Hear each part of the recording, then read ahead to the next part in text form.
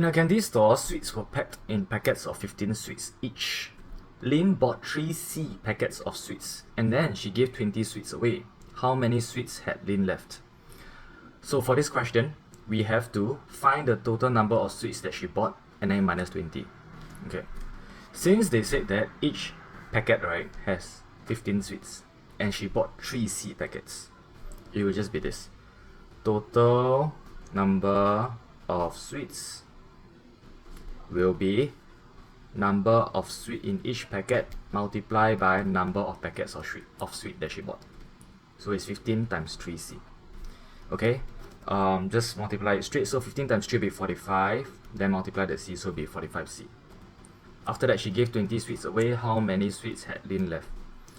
Number of sweets left will be 45C minus 20. Done for this one.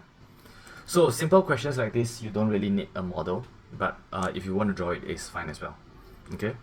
Now remember, for algebraic multiplication, right, you can just multiply it directly, which means that you don't need to change the form or like change it in any way. They'll make it even more complicated.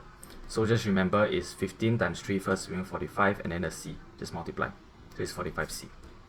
And then you cannot simplify this any further, so this one will be our final answer. Okay, done.